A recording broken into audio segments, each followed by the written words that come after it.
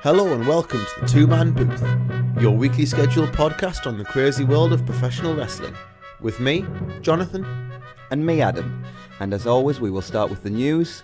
And this week, the first thing we're going to have to talk about, I think, is the announcement that Roman Reigns will appear on Monday Night Raw this coming week to discuss what is going on with his leukemia diagnosis. Yeah, this is great news. I think we're all hoping that this announcement is going to be that he's in remission, that he's cleared the leukemia, and hopefully start and put in place the steps towards him coming back to the ring. Hopefully that's what it's going to be. Either way, Reigns is going to get a massive, massive pop on Monday, we hope. So we'll see what happens, but this is fantastic news, and I think for anyone that is involved in wrestling or likes wrestling, everyone's very happy about this. So super good news. Yeah, I can't imagine that he would be appearing on Raw if he wasn't delivering good news. And I don't want to jump the gun, but I can't imagine that they would be having him appear on TV to give any kind of bad news or anything like that. So hopefully it's going to be the news that he is in recovery from it. If not, hopefully it's just good news in the sense that things are progressing well. But either way, I was happy when I saw this news because I do think it means that progression is being made on that front. Something else I did see as well, just minutes before we actually started recording, Roman is scheduled to appear on Good Morning America as well, so he's making other media appearances in the next few days. So hopefully it is going to be a case of that he's now in remission and he's going to go and talk about, his journey and what's happened on media. Did you see when he was going to appear on Good Morning America? Did it say when it was? I'll have to check, so I can't say for any certainty. I believe Tuesday. Right, so it's after Raw. But I can't. I don't want to say that with any certainty yet, though, because I saw it in fleetingly in passing. So speaking of Monday Night Raw, some of the big news that came out this week as well about Raw was the fact that Raw was basically being rewritten well into the second hour. Triple H was not aware of the 4 NXT call-ups or debuts, whatever you want to call them, that were being made, and in the end had to cancel a match that was planned. They also obviously had expected Seth Rollins to be cleared, which he wasn't, which also led to major parts of the show being rewritten, which will probably explain why, and we'll come on to this in a bit. Raw was not a good show this week. Yeah, obviously, we said on our last episode, didn't we, that I'd seen Raw and you hadn't, so I didn't want to spoil too much, but I did tell you, didn't I, that Raw was rough this week, and it was Raw's always a bit of a slog to get through because it's 3 hours, but this was hard to get through because it was just such a bad show, and it felt uncoordinated, haphazard, and very, very confusing. And I think that is a perfect example of why that's happened. They were supposedly writing well into the second hour. Like, how bad is that you're writing your TV show basically about half an hour ahead of time about what's going to happen? Apparently Hunter knew nothing about the 4 NXT call-ups, and considering they are the 4 top guys really in his developmental company, I find that astounding that he did not know. It reminds me a lot of the kind of rubbish that they used to pull on Jim Cornette when Jim Cornette was running OVW, where they would just take people off him, change their gimmicks and change their look without even letting Cornette know, and he'd have to book his way out of things. And I think the same kind of things happened, because what they've done, particularly with DIY this week, is totally different to what they're doing with them on NXT, and it does not now match. The storylines don't match at all, which I would imagine if I was Triple H, I'd be infuriated by. Yeah, to a degree, I agree with you. I think the fact that Hunter was not told, given that he's basically got full reign of the developmental program, the fact that he wasn't even informed, to me, is not good, because that's not respectful of the job he's doing, and the fact that he should have at least been told that those people were being called up. On the other hand, I understand that they're in a position at the minute where ratings are very important to them and they're really struggling. And if Vince sees anything that he thinks is going to improve his main roster, NXT doesn't matter. Yeah, because in the grand scheme of things, NXT doesn't matter. Yeah, because as much as we love NXT, and I think we all think it's better than the main roster, the main roster has to take precedence. It is developmental still. Yeah. So we've also had what seems to be the start of the first spring cleaning we've properly seen in a few years now. I think since we've had a proper spring clean, there seem to have been just stockpiling dudes and women. And for the first time, it seems like we may be going into a spring cleaning phase. We've seen that Hideo Itami has officially been released. We already knew about that. We've spoken about that on this podcast. He put out a nice tweet thanking WWE and saying we will see him back as Kenta sometime soon. But they've also announced that they are releasing TJP, and Ty Dillinger requested his release earlier today, and by all accounts, given the fact that they've posted that they have released him, that has been granted. Yeah, these are three releases that I don't think we're all overly shocked by, but at the same time, you're totally right. This is the first proper spring clean in quite a few years. As you've said, they've kind of stockpiled talent for quite a while. It's very interesting timing considering the AEW are getting on their feet to now be letting talent go. And these are all talented people, all of them, to varying levels and varying levels of popularity. But it's not like they couldn't go somewhere and get over. They all could go somewhere, particularly like AEW, and get over. One in particular is Ty Dillinger. You and I have both been quite big fans of Ty back when he was in NXT. And I've never said that Ty was a main event level guy or anything like that. But when I look at Ty Dillinger, he just screams out mid-card babyface for life to me.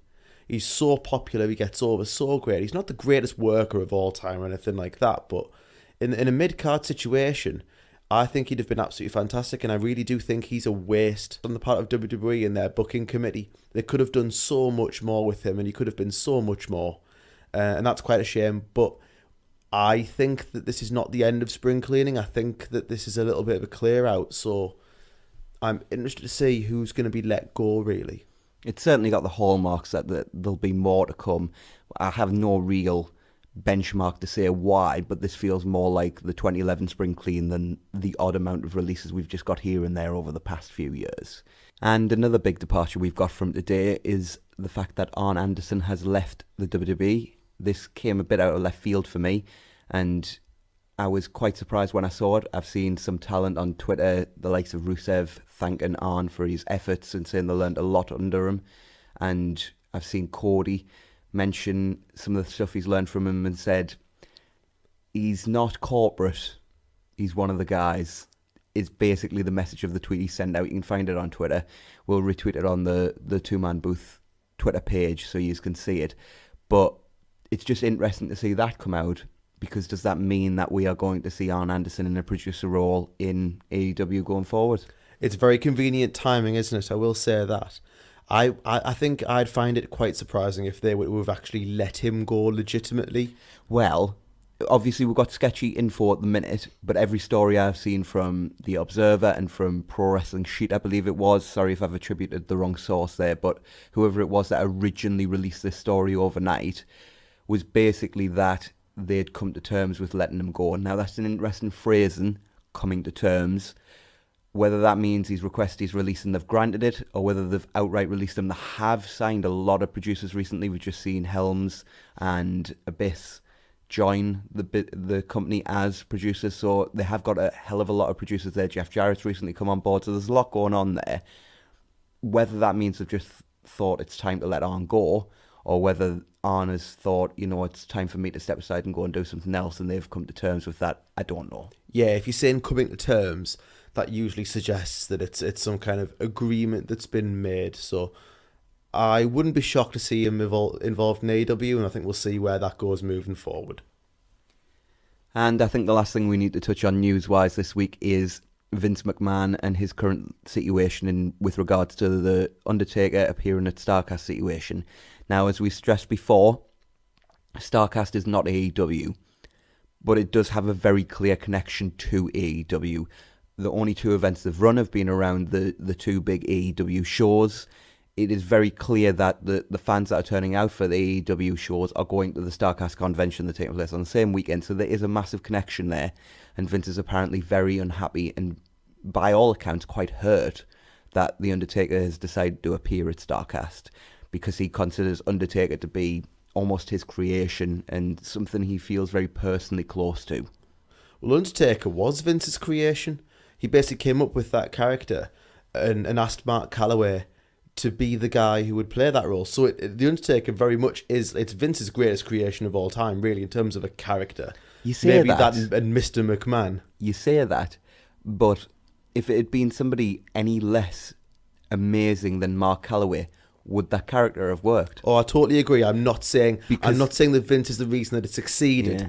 I'm saying that it's Vince's greatest creation. Because if you look at the new generation gimmicks, how many of them just died and went by the wayside? The Undertaker should have been another one of them that just was put in the dumpster with letters on saying never touch this again. Yeah, it had no right to do well. But somehow he made it work. Oh yeah, I'm not saying that it was, just because of Vince. All I'm saying is that it is the greatest gimmick that Vince ever came up with, apart from maybe his own gimmick of Mr. McMahon.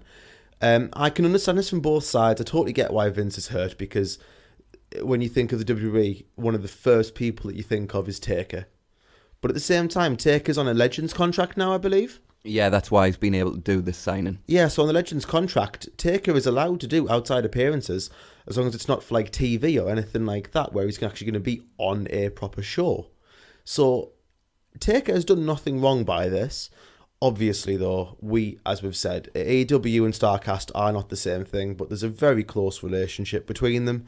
And as a result, that did lead some people to go, oh, is Taker going to be involved with AEW? We very quickly pointed out that was not going to be the case. That was nothing at all to do with AEW. But at the same time, it got people talking, didn't it? And I think the last thing that Vince wants is for people to be talking about AEW.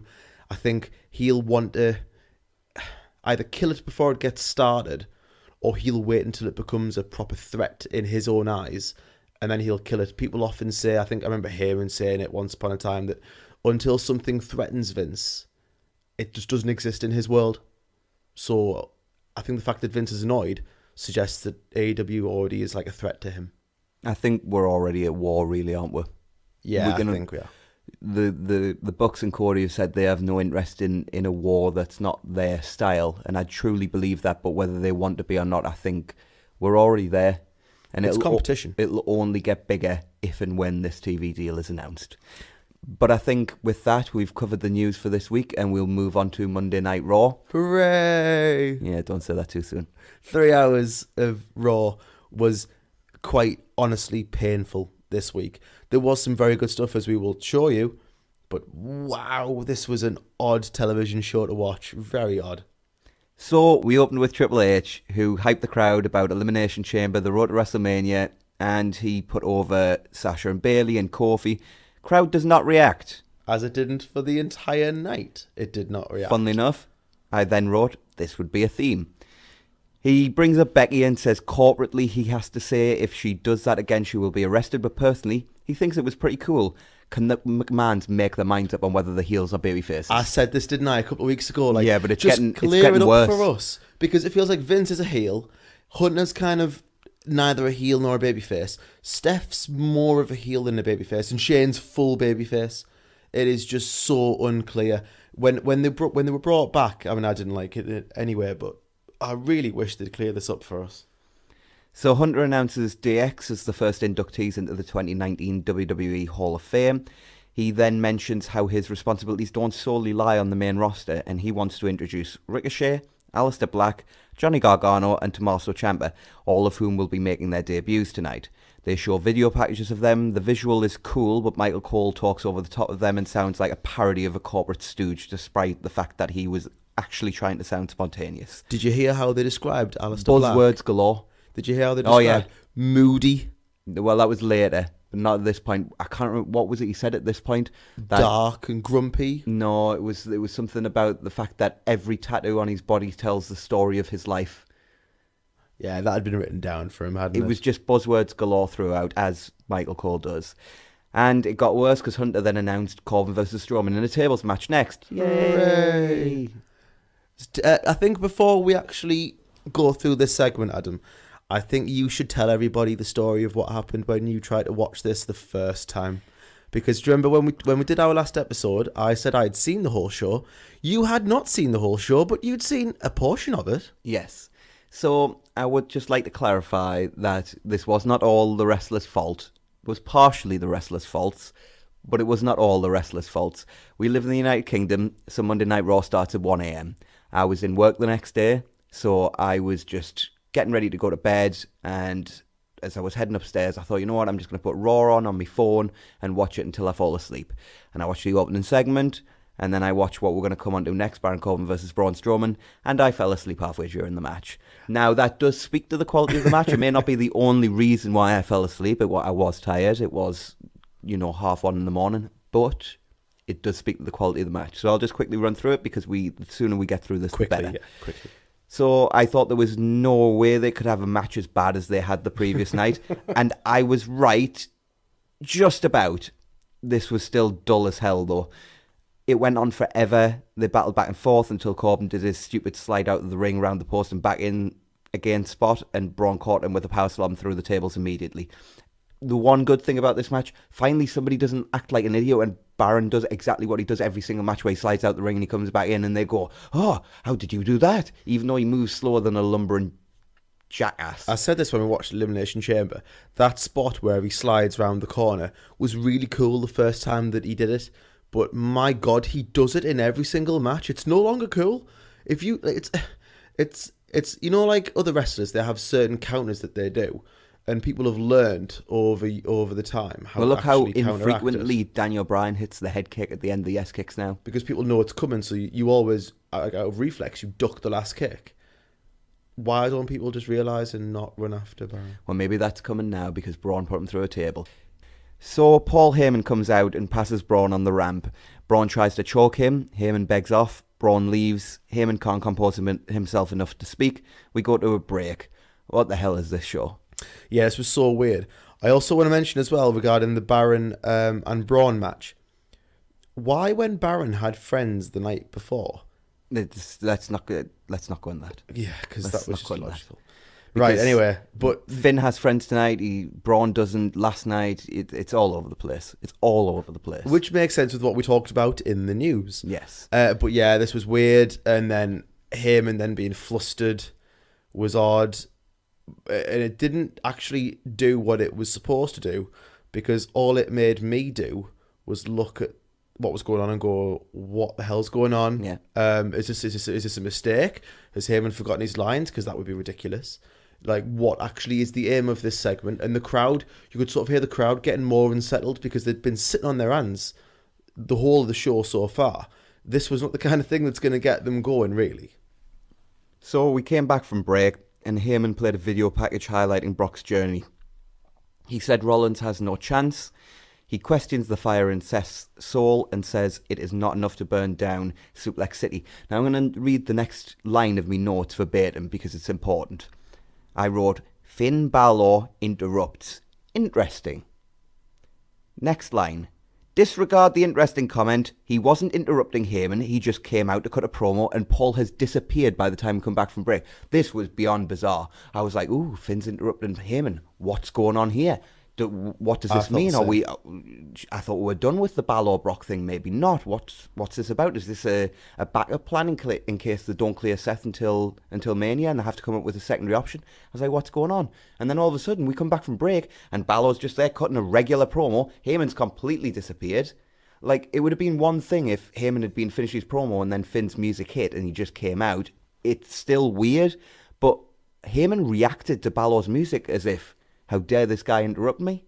What is going on? Yeah, this made no sense. It just continued the very, very odd start. To be honest, if I'd been watching this live, by this point I'd have probably turned it over to something else. I can guarantee it. So Finn basically says he's happy to be champion again and be on the Intercontinental Championship lineage amongst legends. And he names Flair and etc. And then Lio Rush interrupts and says Balor doesn't deserve to be champ, Lashley does. With that, Lashley attacks Balor from behind. At this point, Michael Cole casually says, I guess they made up. Yeah, because Lashley turned on Leo last night. They just drop it casually into conversation, Michael. Don't make a big deal about it. Don't be confused. Just, I guess they made up. It also just didn't make sense because Lashley turned on Leo literally the night before. I get why Leo would be so keen to be okay with Lashley again, but why is Lashley so desperate to be okay with Leo? And they were back and forth in it as well, because we'll come on to the match in a second, but there was bits in the match where Lashley was like clearly annoyed at Leo, But then there's bits in this beatdown before Ricochet comes out to make the save where Leo's literally barking orders at Lashley, and Lashley's going there like a good dog. Yeah, it made no sense. Totally bizarre. This was such an odd Monday Night Raw. It really was. So, like I said, Lashley and Rush beat down Balor until Ricochet made the save.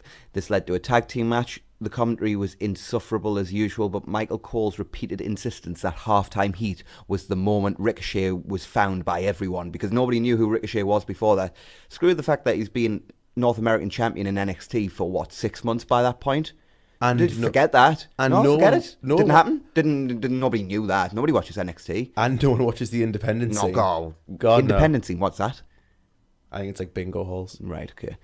Anyway, there are still issues between Leo and Lashley, like I mentioned. This was your average Raw tag team match early on. It was fine, but nothing to go out of your way to see. But it did get to a quite good degree later on. Actually, Balor went for the coup de grace on Rush, but a Lashley distraction allowed the heels to take control. Balor finally turned the tables and got the hot tag to Ricochet. Lashley tried to stop his momentum, but Ricochet baited him into a shotgun dropkick from Finn Balor, which took Lashley into the barricade on the outside.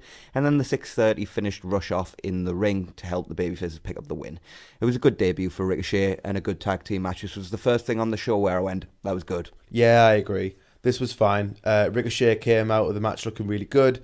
The problem is that the crowd didn't really react that much, but they did react to the 6:30. Crowd barely reacted to anything all night. I don't think you can judge that crowd by any standard. They did react to the 6:30 though, which, to be fair, I think anyone would. There was an intake of breath. That was pretty much it. Yeah. But yeah, this match was fine. One thing I have heard, and we didn't mention it in the news because it's not a major thing, I have heard that Leo still has quite a lot of heat backstage. And that's the reason why maybe they're moving Lashley away from him, is that Leo still has heat. I do think it's still a gradual thing, but apparently he still has heat. Basically what they've done is they've done the turn, and now they're going to build to the turn. Yeah, that's the logical way to do it. Oh, okay. Yeah. So Triple H is talking backstage with Natalya when Drew McIntyre interrupts. He wants Seth Rollins tonight. Dean Ambrose then interrupts, says he's not doing anything tonight, and slaps Drew, and he slapped him very hard as well. Yeah, this was not. It was not a. That was not a work slap. So Hunter ends up booting that match instead. They then recapped the Ronda Charlotte Becky situation, and then we got Lucha House Party versus Kurt Hawkins and Zack Ryder. They teased Hawkins ending his losing streak. The commentary was an abomination in this match. I know we go on and on and on about commentary, but Jesus Christ, it was so bad in this match. It's atrocious. I can't. Anyway, Lindsay Dorado hits a Hurricane Rana pin for the win. Then we get Heavy Machinery interviewed on the stage. Let me get through it. They talk about their partnership. Lacey Evans' music hits. She comes out and heads back as she's been doing. She then stands behind Heavy Machinery. Their music hits and they do a bushwhacker-style walk up and down the ramp. Lacey likes this and seems taken with them. Renee, Cole and Graves are just appalling at this point. This show has gotten so weird over the past few months that at this point in my notes I've literally wrote, from now on, whenever something bad happens or weird happens, I'm just going to try and use a different synonym for weird. So for this segment, it's peculiar. I think peculiar, abnormal, or ridiculous. Just stop taking them because I'm going to use them throughout. Yeah, this was strange. It made me, for a minute, I was like, hang on, are they putting Lacey with? I think that's the idea. Did honestly, you not hear Renee on commentary? There's something like, she says something like she doesn't know what she's got herself in for here, Lacey. So I am assuming she's now manager of Heavy Machinery. That's what I took away from this segment. I mean, genuinely, if you lined up every single tag team in WWE and told me which one does she fit with least, they'd probably be in the top 3, along with Sanity or something like that. You could do a weird Marine Gone Mad gimmick and put her with Sanity and it would make more sense than Heavy Machinery. Yeah, I agree. Does anything about Lacey Evans scream stakes and weights to you? Let's go with no. Yeah. Anyway, let's move on. We're backstage and Johnny Gargano and Tommaso Ciampa talk about representing NXT. Bobby Roode and Chad Gable turn up and they're annoyed that DIY are getting a shot at the revival. Gable reminds them that he beat them in NXT and says they should work their way up from the bottom. Gargano says they have been running the hottest brand for 2 years. I thought that was an interesting line. I wonder if Hunter snuck that in last minute because he was upset. The Revival interrupt and throw shade at DIY. Ciampa says they are not here for respect. They're here to make an impression at the Revival's expense. Yeah, really fine promos. I was more than happy with this. It was the first segment that I really looked at and went, yeah, that was logical and that made sense. And I was already really looking forward to DIY Revival, but it made me look forward to it even more. So it came up next. It was a good match with zero heat, but that was the same for everything all night. It still made no sense why it was happening, mind. True, but, let's not try and make sense of this show, otherwise we'll be here until this time next century. The Revival go for Shatter Machine, but a super kick from Gargano allows Ciampa to get a 2 count. A slingshot DDT from Gargano gets a 2, and then a Bulldog Doomsday device from the Revival almost gets the win, but Ciampa breaks it up. Gargano hits a slingshot spear on Dawson. Gargano tags Ciampa in, and super kick and knee pick up the win for DIY. Yeah, isn't it called Meeting of the Minds? Super kick and knee. Honestly, that is the greatest name for a finisher ever. And you actually said it pretty much how he said it. I wrote it down word for word. Yeah, super kick and knee. It was like he saw it and just had no idea what the name was of the move and just literally called what he saw. It was, you know what, I'd have actually preferred it if he'd just gone, what a maneuver. Okay, Vince. So the rude interviewer approaches Finn and Ricochet backstage. She talks about DIY's performance, then says, let's not talk about that. Let's talk about Finn. Finn says, we don't need to talk about him tonight. Tonight's about Ricochet. Ricochet is happy to be here. I'm surprised Ricochet didn't want to change the subject too. Like, what the hell is this show? Yeah. Why did she approach them and just talk for 30 seconds about DIY and say, anyway, let's not talk about that? Can you imagine me coming up to you and talking to you about something for 30 seconds and saying, anyway, let's not talk about that. Let's talk about this instead. Yeah, It'd be like, you've already talked about it to me. Why reference it in the first place? Yeah. This was strange. What I will say though is that Ricochet has never been like a great mic talker or anything like that, but the promo that he gave actually when fine, they got around the point, it felt real to me. Yeah. It wasn't perfect, and there was bits where he was a bit iffy, but because of that, it actually felt real, and it felt like Ricochet was actually talking about his own experiences. So for me, I ended up going, you know what, like I would never put that on like a class of how to cut a promo. But at the same time, like it felt real. It felt real, which is a big thing for Ricochet because he's come across as a bit stilted in the past. We get another Kevin Owens promo. The more of these I see, the less I like them. Kevin's son buys things at the cinema, pockets a change, and claims there was none. That was essentially the structure of the gimmick. I agree. I'm starting to dislike them more and more. I do think we're right in what we believe, and that it's leading to a feud with Daniel Bryan. I'm okay with them making him out to be the everyman. Like I'm okay. But apparently his son is a heel. No wonder all these wrestlers are so maladjusted. The families suck. Son's a thief. So Sasha and Bayley have an extended interaction-heavy entrance, which probably would have been great in front of any other crowd. This crowd sucks, though. So together they are changing the world and plan on being champs for a long time. I thought that was an interesting line. Together they are changing the world. Oh, yeah. Yeah. So they are ready to take anyone on, past, present and future, on Raw, SmackDown and NXT, which was an interesting line. Might see more of that coming. So there is no stronger connection than the Boss and Hug connection. Nia and Tamina interrupt. At this point, my notes I've literally wrote, oh God, Nia's going to talk. And Nia did talk. Yeah, she did. She mocked Sasha and Bayley's promo skills. People in glass houses irony should not throw stones. You cannot have a go at Sasha for her promo skills. When she's scripted, Sasha's promos are not great. When Sasha's allowed to be Sasha Banks and she's a heel, Sasha's one of the better talkers that they have, male or female. So she says Sasha only cares about Sasha and she always loses the title on her first defense. They tried to attack but fail in utterly pathetic fashion. Like, unbelievably, like, I will roll in the ring, they stomp on me. I roll out of the ring. I try to roll back in the ring. She tries to get the crossface on me. I roll out of the ring because Tamina pulls me. This was they just looked like such losers. For anyone not watching from the United Kingdom, if you're from America or anywhere else, this segment really needed to have the Benny Hill soundtrack over the top of it.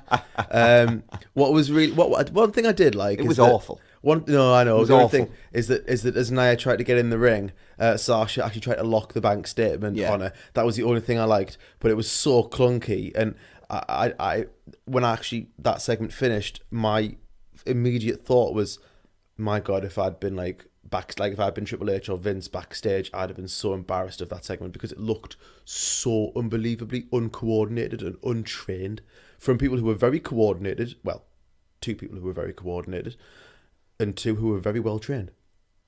So we get a DX induction video package next, and then we move on to Drew McIntyre versus Dean Ambrose. After about 2 minutes, Drew hits a Claymore. He waits for Dean to get back up and then hits another. This was a total squash. Yeah, they don't care about Dean anymore. I do think that they really could be doing more with him on his way out. Not to push him, but to push somebody else. But to put people over. Having him just destroyed every week, and he seems to have turned babyface now. Apparently, I've given up trying to work out the alignments of people in the show. Yeah, he would be babyface, but if you're going to use him properly on his way out, have him put people over. Like what happened with him and EC3? Is that just now 50-50 and we're done? Apparently so. So we get more of Heyman's video package from earlier. Now he's saying Seth will be Brock's most dangerous opponent ever. What? He literally said he had absolutely zero chance earlier in the night. Yeah, they can't even get a consistent storyline between video packages. It was the same video package, just cut in half. Can I just say as well, like I find Brock's story is fantastic, but these video packages could not have been more boring if they had tried. So we cut to Rollins backstage. He promises Brock's reign of terror ends at WrestleMania. Dean bumps into him and asks him where he was. Seth asks him if he's lost his mind. Dean goes, I have no words. I mean, they've obviously gone down the line of like Ambrose is he's funny, crazy again. This was odd, really odd. They were obviously trying as hard as they could to get Rollins on TV because of the fact that Rollins was supposedly meant to be on TV much, much more. And I think they were trying to force Rollins onto the TV, basically. So Elias buries the crowd at this point because the crowd had been so bad. I wrote, they've turned him babyface again. Aleister Black's music hits. He gets in the ring and tells Elias he will fade to black. We then get Aleister Black versus Elias. This was overly long. This was dull. It was not a good debut for Black. I love Elias as a character, but he's not the person you want to put into the situation to help get your new guys over. He's just not. The key thing that I'll mention, right, is we are in my now fantasy world, we are booking Monday Night Raw. We are debuting Aleister Black, who has been an absolute monster throughout his time in NXT and has demolished pretty much everybody. How do you debut him?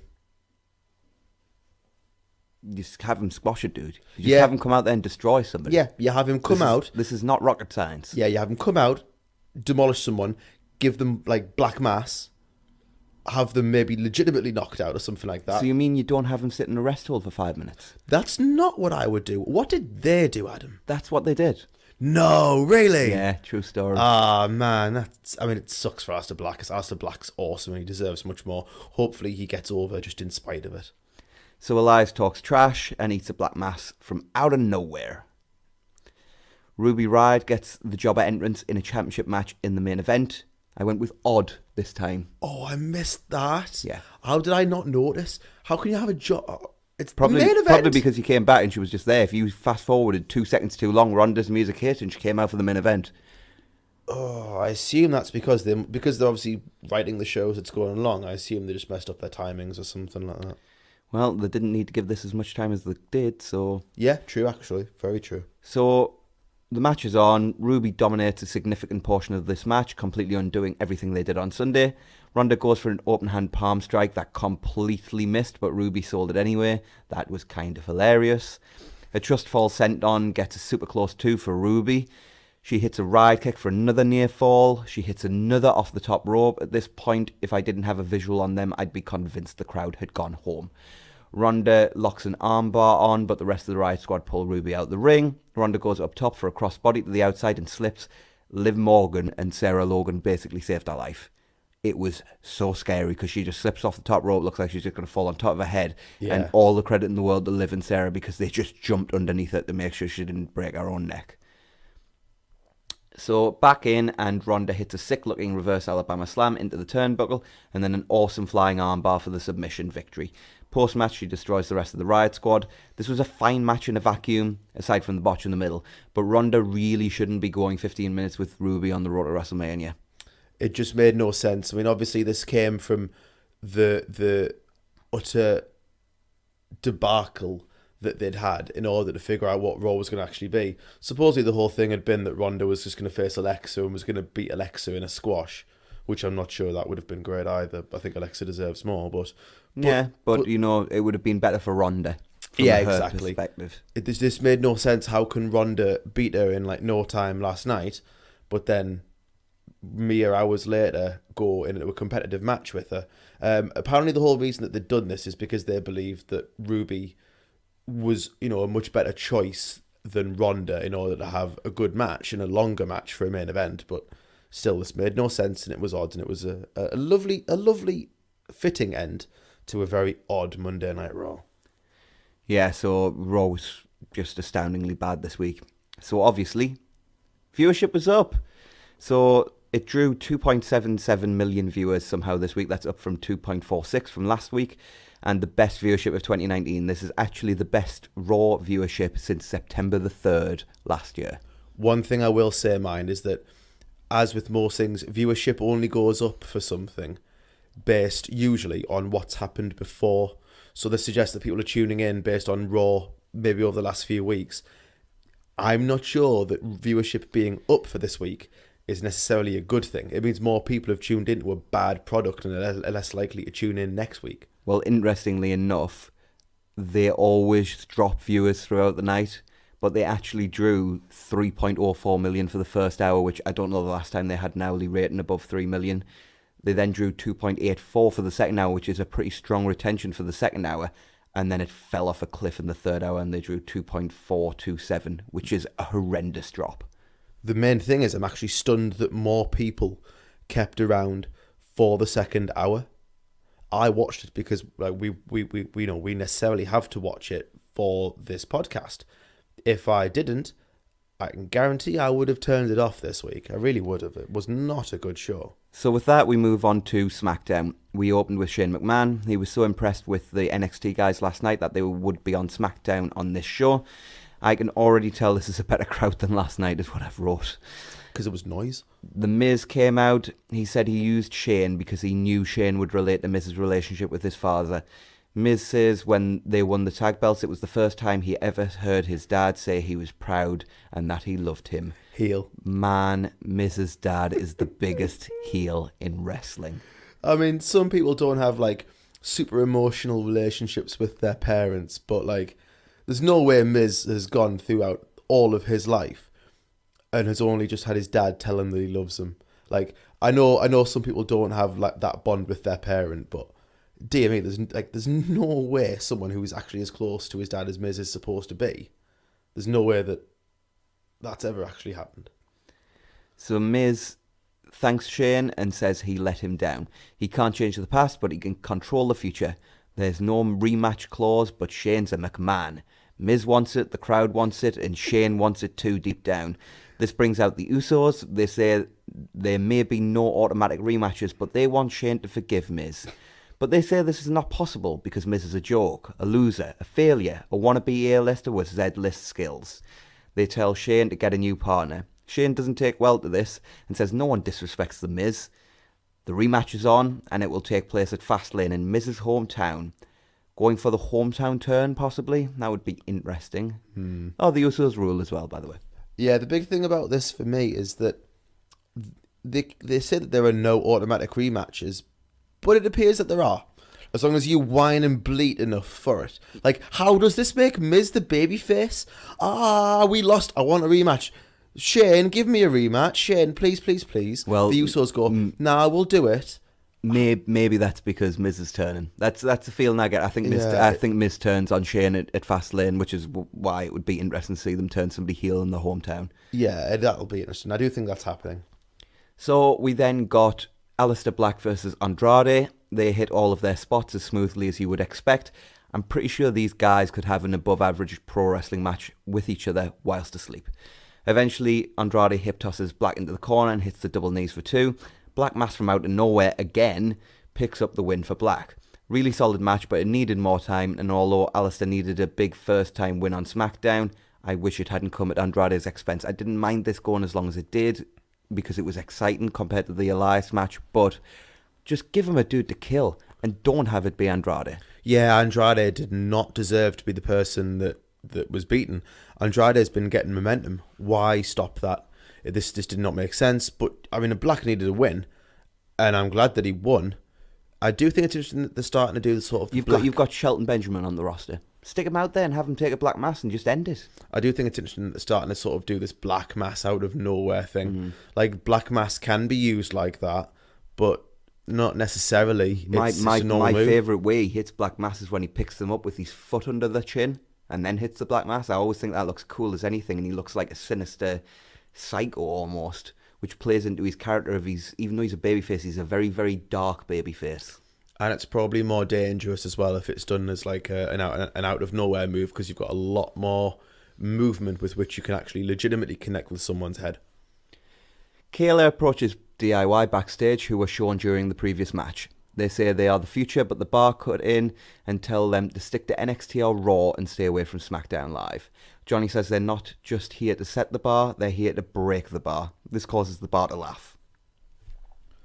I just don't understand this whole thing.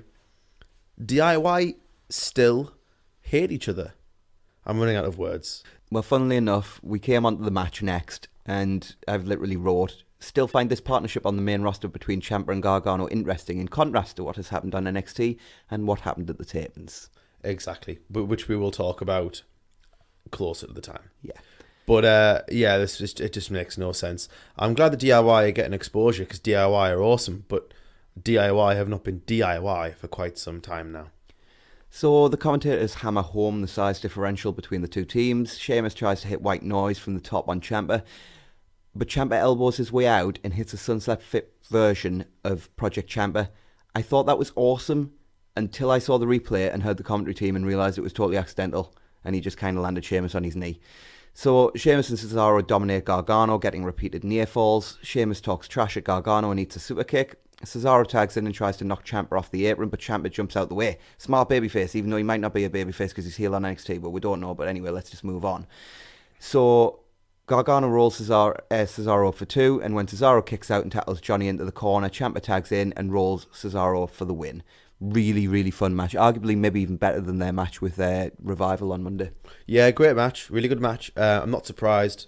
All four wrestlers are fantastic, so you put four great guys in the ring together, you're going to have a good tag team match. I'm just interested to see where they're going with this. Obviously, we didn't actually mention it really, but you know, in theory, DIY are now owed a Raw tag team title shot. Well, they've just beaten the most dominant tag team, apart from the Usos, maybe on New SmackDown. Day, yeah. A New Day, sorry, yeah. But you know, for certainly a top tier one team. of the top three, yeah. For a long time on SmackDown, like they need to be careful what they're doing. Really, they need to be really, really careful. So Asuka returns after going missing for about a year. Kayla is in the ring to interview her and asks if she feels lost in the shuffle in the midst of the Charlotte, Becky, Ronda stuff. That's awful. Asuka points out that she beat Charlotte and Becky at TLC and tapped Becky out at the Rumble. She's ready for the next challenge. She wants to know who is ready for Asuka. At this point, Mandy Rose's music hits and she comes down to the ring. Now, I know you just said this is awful. I mean, that awful line of saying about her getting lost in the shuffle. I didn't mind it because she turned around and basically said, what you're talking about, lost in the shuffle. I've beat both of them. I don't even care. I've moved on. I'm on to my next challenger. Like, I thought the way it came across in the whole promo, I thought it was fine. So, Mandy and Asuka was next. Seconds in, and I already wish they didn't book this match. I'd been super impressed by Mandy and Sonya over the past few months, and Mandy in particular has improved a ridiculous amount. So part of me wanted to see a competitive match here, but part of me realised Asuka hasn't been on TV in nearly a month and just needed to destroy somebody here. The exact opposite happens though, as they have a nice back and forth match interrupted by more Lacey Evans goofiness. Stop that, seriously, just stop it. Just stop it. Her gimmick is just walking back and forth. Just stop it. Mandy hit a stunning bicycle knee on the outside and they teased a count out. Asuka took control and Mandy claimed to have suffered an eye injury. The distraction allowed her to roll up Asuka for the surprise win. I'm all for Mandy getting a shot at Fastlane, but I would never have beaten Asuka here.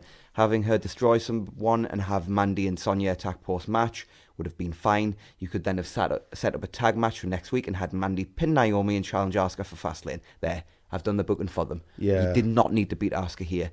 That way you would have kept building Mandy's credibility, which they did a great job of on Sunday, without harming Asuka's fragile aura. Like, they destroyed it after Mania last year with the whole Carmella feud, and I thought they'd done a good job at TLC and having her tap out Becky, then they've had her disappear, and then she's come back, and like I said, I think Mandy's improved a lot, but having her beat Asuka when she hasn't been seen for a month, it's just like, they do not get how to book this woman. They really don't.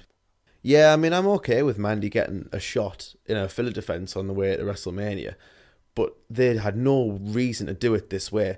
You've just gone through a far easier way and a far better way that they could have done it, and it wouldn't have hurt Asuka's credibility. I mean, how to harm a wrestler's credibility in 10 easy steps is exactly what they've done to Asuka. She came out of the Royal Rumble, after what was a pretty good, people questioned it at the time, but a pretty good booking decision in order to have her beat Becky. She came out of Royal Rumble, in what should have been a really good position. And then she's never been on TV, and then she loses to Mandy. It's just awful, and it makes no sense. Like, you're right, she needed to come out on SmackDown and absolutely murder somebody to keep her credibility.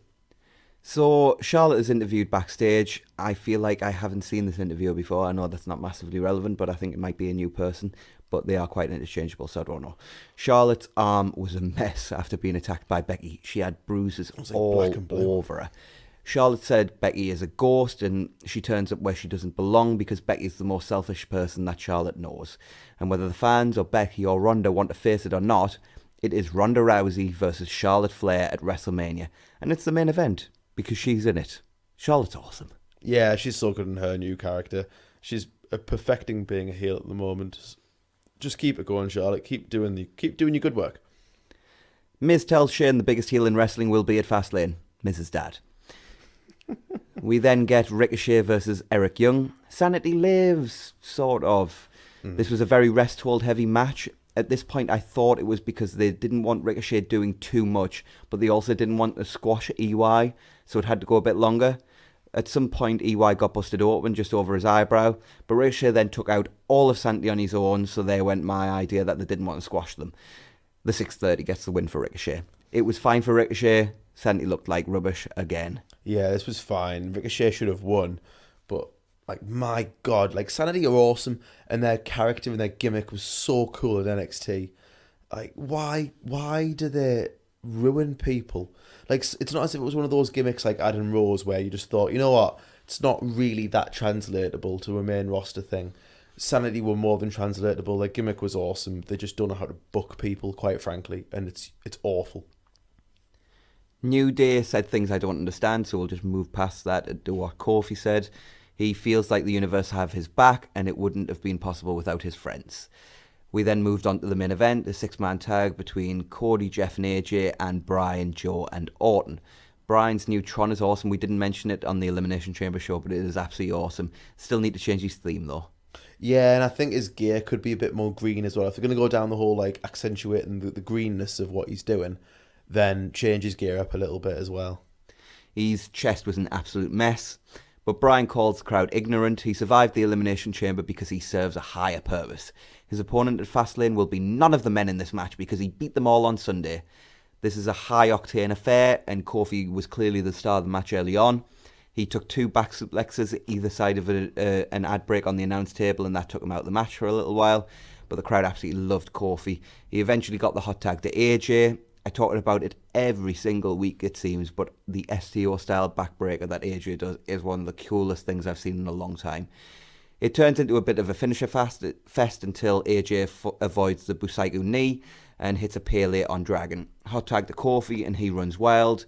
He charges at Bryan, who backbody drops him to the outside, where Kofi takes out everyone else in the match. Bryan goes for a tope suicida, but Kofi cuts him off. He hits a trust fall onto Rowan and Bryan on the outside. Back in, and the Trouble in Paradise gets the win. Shane comes out and announces Bryan versus Kofi for Fastlane to the crowd's delight.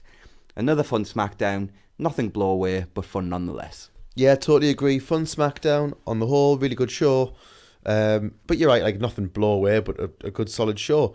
And as we reported earlier in the week, they're running with Kofi for Fastlane. That's a massive opportunity for Kofi. He clearly has a lot of momentum behind him, and I'm looking forward to that match. I think it should be really good.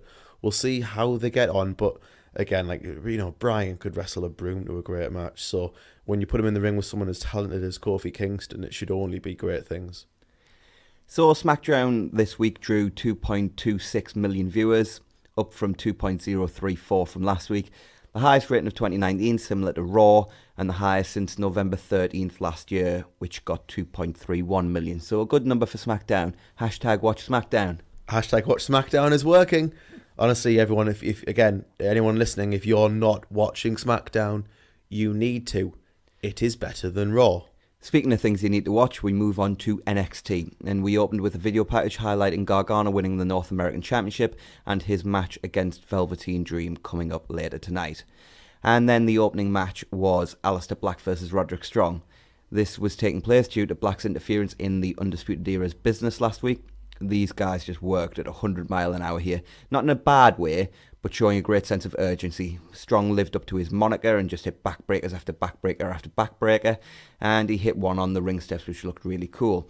There was a bit of a rough moment where Roddy was going for a superplex and both nearly took a tumble, but they recovered. Black went for a powerbomb, but Strong escaped and hit a backbreaker for two. They fought on the apron until Strong had Black in a torture rack style position and launched him into the turnbuckles.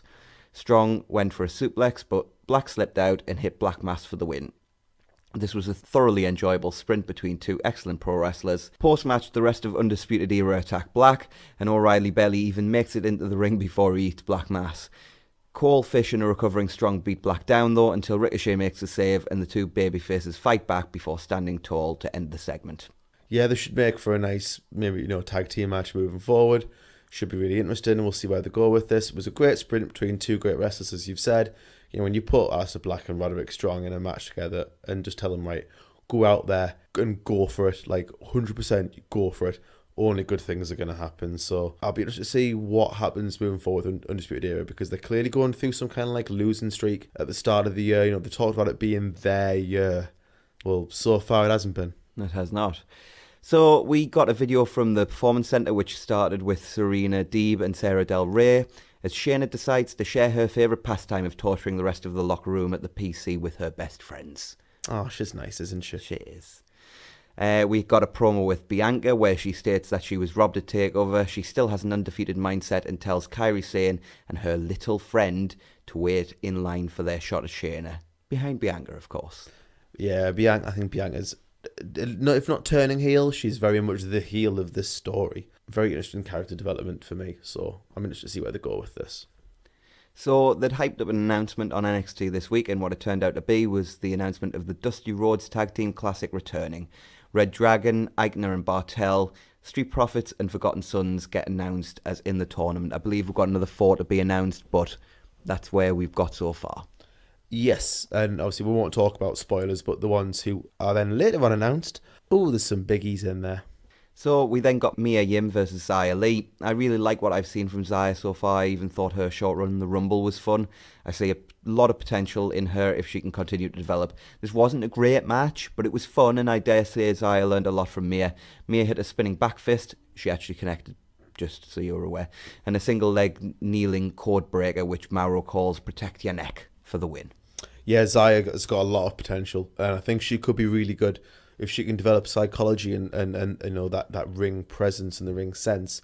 She could be really good because she's technically quite good, and her character's really good as well. So, we'll see, and her look's pretty good as well. So I'm looking forward to seeing where she goes. She could be a much bigger character and a much bigger name than she currently is in about 3 years' time.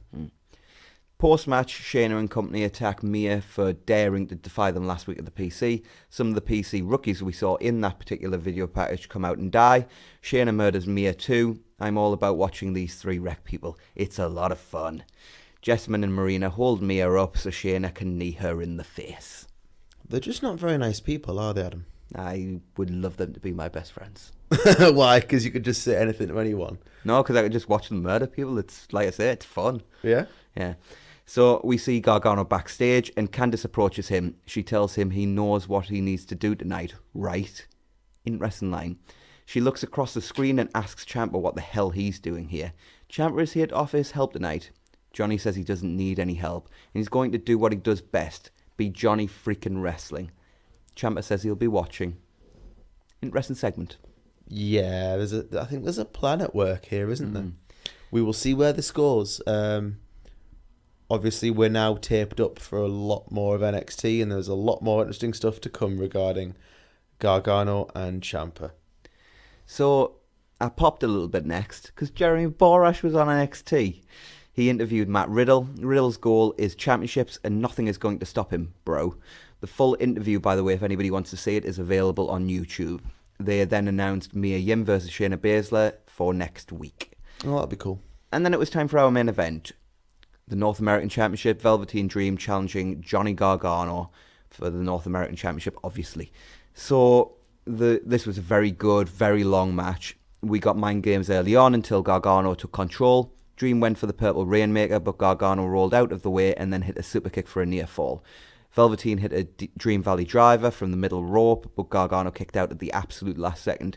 I swear Kurt Angle would have been proud of that kick out. He goes for the Purple Rainmaker, but Gargano rolls out the ring. So Dream decides to jump down for a double axe handle, but eats a super kick.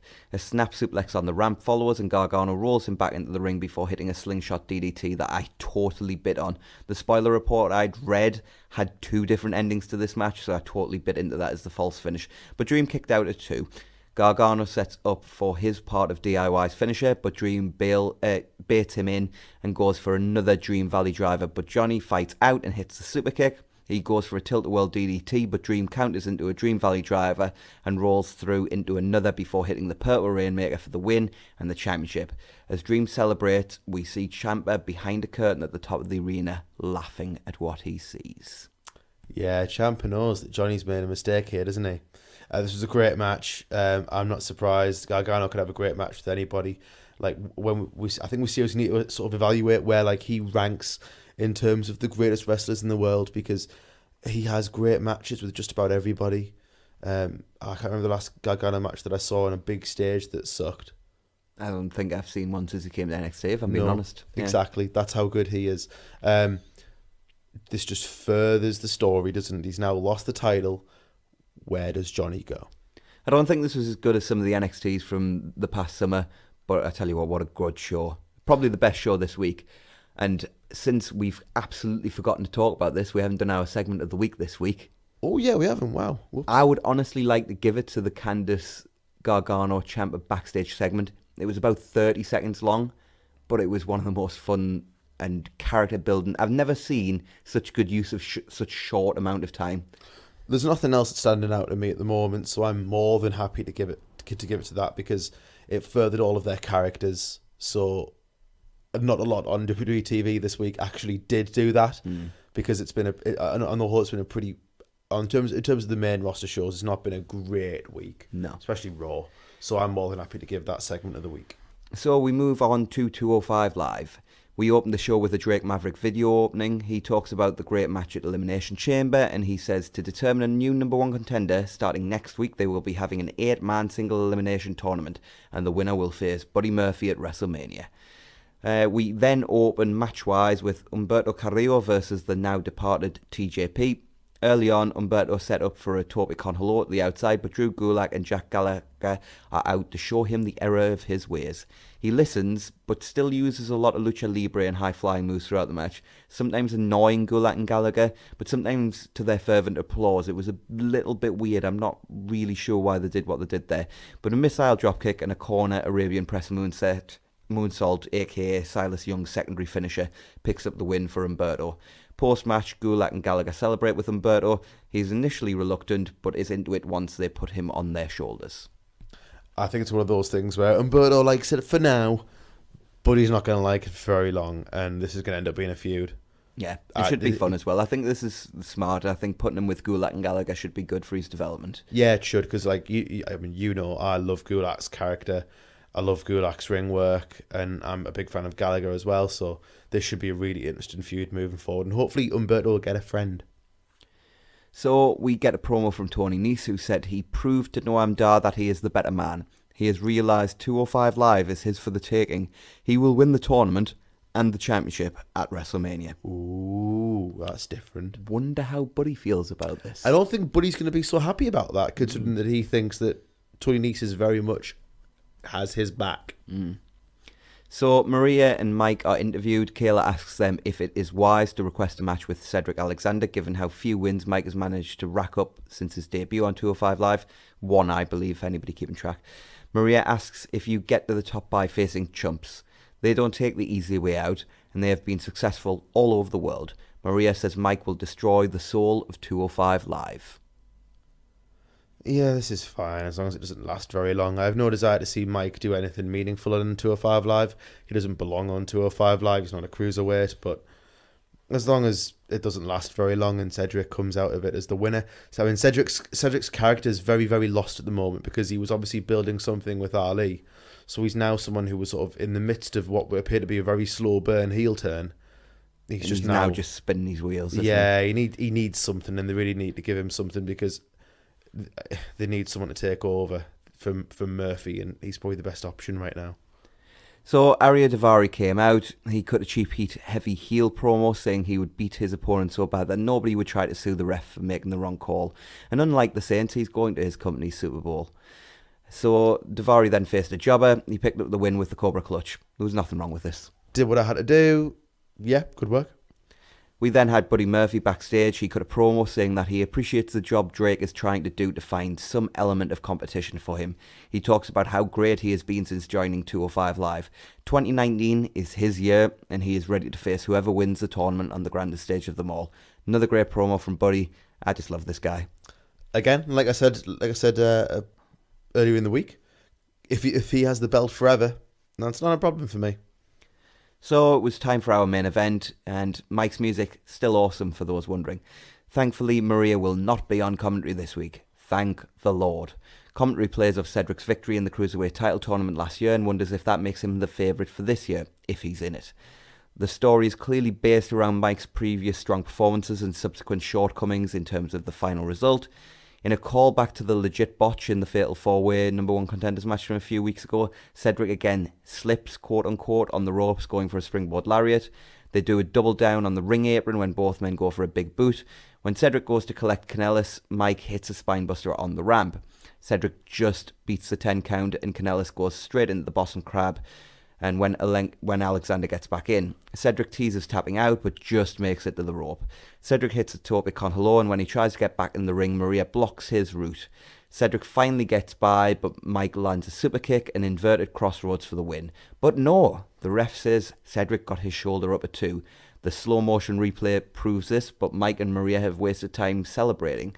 Mike gets a near fall for 2 immediately, but Cedric hits the lumbar check, and after selling the knee for a few seconds, gets the pin and the win.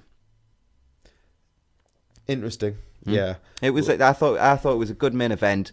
I thought it was an interesting finish, and I'm not sure whether I liked it or whether I didn't like it. I thought it was different, and to be honest, I thought it was really cool that the way Cedric kicked out, because he literally just got his shoulder like an inch off the mat. And it was a really good call from the referee, and everybody did the timing well. And I'm all for them trying different things. I'm not sure it's something I liked, but I thought it was another very good main event. Kanellis has been putting in the work recently. Alexander's great. I thought this was a good main event. If they try something different, we always say we're absolutely massive supporters of that. So anything that's new, good. We'll see whether this is something that they keep going moving forward. I don't think it's the kind of thing that could do on like a pay-per-view or anything like that. But for a TV show, every now and then, I don't think it's that bad. It's kind of like VAR in football or soccer for anyone who's listening from America. So we then got announced the first round matchups for next week, which will be Kalisto versus Tony Nese and the Brian Kendrick versus Drew Gulak. That should be fun. This was an alright episode of 205 Live, but nothing really to write home about. 205 Live, like most weeks, like nothing to write home about, but solid, standard. Just, it's one of the most consistent wrestling shows that there are around. So I think with that, we'll move on to any other business, and I know you wanted to talk about Iizuka's retirement. Takashi Iizuka retired yesterday from New Japan Pro Wrestling. He had his retirement match at Korakuen Hall. I've seen the reaction that he got. He got a massive reaction. The match itself doesn't look great, but Iizuka's very broken down now. No one's expecting anything of him. He had an interaction with the commentator that he loves, ripped off his shirt, all that standard stuff. He lost the match, but at the same time, that didn't shock me. But he got a really nice reaction, a really good response from the crowd, and Iizuka deserves it. Iizuka in the early 2000s was a very promising young wrestler who just, because of injuries and things like that, had to adjust his style and work the style that he's been working for the last 10 years or so now. Had he not had those injuries, he could have been a much bigger part of New Japan in the sort of mid to late 2000s and been part of the third generation, really. With Nagata, Kojima and Tenzan, unfortunately because of those injuries, he never became part of that. But at the same time, it was a nice moment for him, so it was cool to see. Also this weekend in Japan, while we're talking about it, we've got the Honor Rising shows, the first of which took place last night or this morning, depending on where you are in the world. The next one will take place tomorrow coming, or however you want to put that, last night, wherever you're going with it. Depends where you are in the world. We've got a lot to cover. We're going from Japan to America to UK. Hey, time zones. Time zones, man. But the first show I haven't seen yet, but I've heard good things about the main event, which was Jay Lethal, Kazuchika Okada and Hiroshi Tanahashi picking up the victory against the Kingdom, which is apparently a fun match. And supposedly the match of the night was Zack Sabre Jr. versus Shota Umino. And judging by how they're booking him at the minute, as in Shota, it looks like he's going to go on excursion soon because he's starting to bust out moves that aren't in Young Lions arsenals. He's starting to take people closer to their limit. I mean, Sabre picked up the win fairly easily towards the end, but he took him too lightly by all accounts, apparently, early on, and it allowed Shota to get some good offense in. So I think we'll be seeing him go on excursion soon enough. That staggered Young Lion booking as well. They eventually start and show some promise and sort of develop their moveset a little bit, and then once they do that, they go on excursion to find their character, so that makes sense. I really like the Young Lions this year. I think that, well, not this year, but the current crop of Young Lions, I think they're a really good class and we'll see good things from them. Speaking of people that we see good things from, one match I did manage to catch this week, which happened a little while back, was Pac versus Will Ospreay. Just throwing it out there as a recommended match because it was awesome. They did a 30-minute match. I'm not going to tell you what the result was in case you want to go out there and see it and you don't want to be spoiled. But it aired a couple of weeks ago.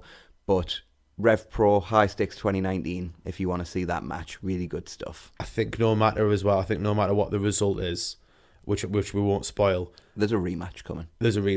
Ospreay said that he wants the rematch as well, so that should be unbelievably good. Well, the first one was, so I don't see why the second one wouldn't be. Speaking of stuff, if you want to catch it in terms of recommendations, we talked about the Giant Barber show on Tuesday in the news. New Japan talent matches, so anything with New Japan talent in is now on New Japan World if you want to catch that. And I think the final thing we want to talk about this week is Impact Wrestling.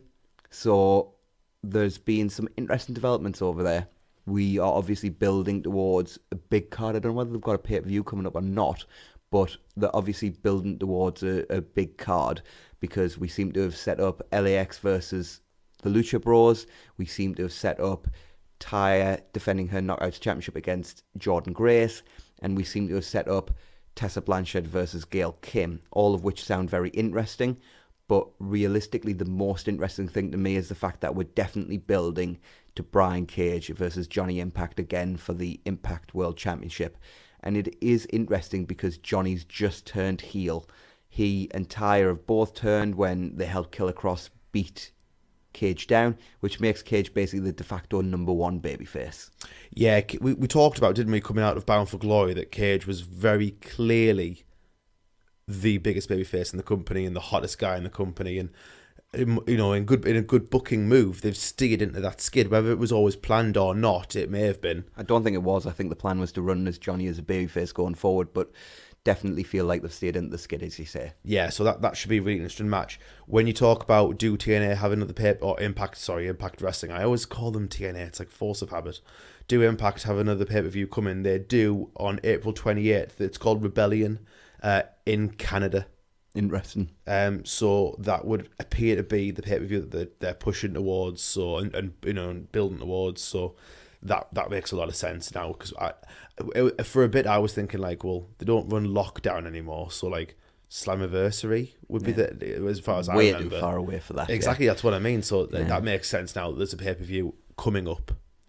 And with that, we'll move on to our final segment this week. Now, I had said that we were looking to potentially watch a show, but I didn't sort of warn on the the Tuesday show that probably wasn't going to be possible for it to be viewed and reviewed before Friday, which it hasn't been because life and work has got in the way for both of us. But what it basically is a WCW show, and we're very much looking forward to reviewing it. It will be coming soon. As Jonathan mentioned on Tuesday, there will need to be alcohol involved when we watch it. We will be sober when we do the podcast, but when we're watching the show, there will be a lot of alcohol involved because I think I'll need that just to get through it. But on that process and on that thought, we're going to just talk about our favourite moments in WCW history. Now, we're not going to delve into NWA, Jim Crockett Promotions, or anything like that. Just stuff that happened under the WCW banner, World Championship Wrestling. So do you want to start us off? Right, I'll go with Sting officially joining the WCW sort of organisation and team at Uncensored in 1997. It was the moment where, after all of Sting being up in the rafters and the darkness of his character, Sting finally joining with the WCW against the NWO. Well, I think there's a million Sting moments that we could pick. One of my favourites is where they had all the fake Stings. The NWO had paid people to dress up as fake Sting and come down and just get their heads kicked in, basically. And one Sting dropped down. Is it Scott Hall who hits him? And sort of is doing a stupid dance. And this Sting doesn't go down because it's the real Sting. And he just destroys the NWO. And I think it's the image of Hogan retreating up the ramp, just in shock and horror at what is occurring. How they botched that at Starrcade 97, which we'll have to cover in more detail at some point on this podcast. At some point we will watch Starrcade 97 and review that. It's beyond me how they botched it. Beyond me. Right, let me go next. I will go with... There's a few obvious ones. I'll go with sort of a not as obvious one. One of the coolest things I've ever seen is, I think it's in late 1997, there is it's on YouTube actually, it's an entrance from Nitro where the NWO, it's in Chicago. The Chicago Bulls have just, mere days before, won the NBA Finals. And the NWO turn up at the arena, they're in Chicago, and Dennis Rodman is with them. And Dennis Rodman was a huge part of the NWO, and obviously one of the most important players for that Chicago Bulls team. And he comes to the ring with them, and they get a huge pop. Like, it's monstrous pop from Chicago, and it's just one of the coolest moments. And so that, like, I'm trying to pick one that's sort of off the beaten track, and it's not one that's really famous, but it's one that I always remember. Well, I'm going to go with something that might surprise you now, because you know I'm not the biggest Goldberg fan in the world. But him beating Hogan for the WCW World Championship on Nitro in front of, 42,000 in the Georgia Dome. With like 3 days advertising. Yeah, they drew 42,000 people. It goes to show, even though they botched the whole Sting thing at Starrcade and really hurt his overness, they still could have done something. This is mid-98.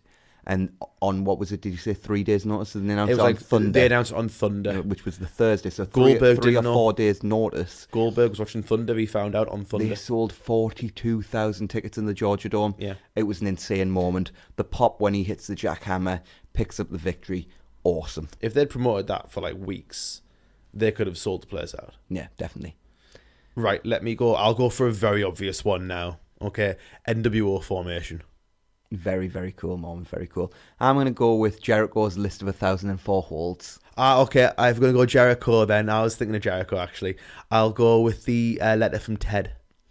Well, if we're going to stick on that same theme, I'm going to go Cyclops unmasking being Dean Malenko. I was for going to the largest pop that. in Cruiserweight division history. The biggest reaction Dean Malenko ever got. Yeah. Not to have a go at Dean Malenko, one of the greatest technical wrestlers of all time. Him. Yeah.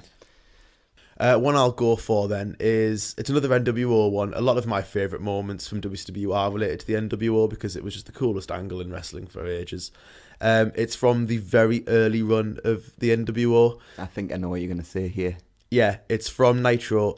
It's one where they attack right at the end of the show. They come out and they attack the Horsemen, and they just beat the living daylights out of the Horsemen. They spray paint them. They spray paint Flair's hair black. Like, they give him a big black streak down his hair. Like a skunk. I believe, because I'm trying to remember it now. I believe Flair's having a match with Savage. And they spray paint yellow along Savage's back because Savage has a yellow streak, as in a coward. And it's just an awesome segment, and they spray paint the camera, and it sums up the NWO. Well, we'll go for one more each, and I think I will go along the lines of what you were just talking about, the NWO. I remember a specific beatdown which has become kind of legendary in GIF form in modern wrestling. Legendary. In terms of, it was just one of those shows where the NWO are just beating the hell out of everyone, and they're attacking people backstage, and Kevin Nash ends up lawn darting Rey Mysterio into a production truck. Really, really cool moment. Supposedly, they originally wanted him to go through the window, you know. Did they? I never heard that story. Yeah, supposedly they wanted him to, or at least break the window. And Kevin Sullivan then eventually had to go, yeah, no, that's a bad idea.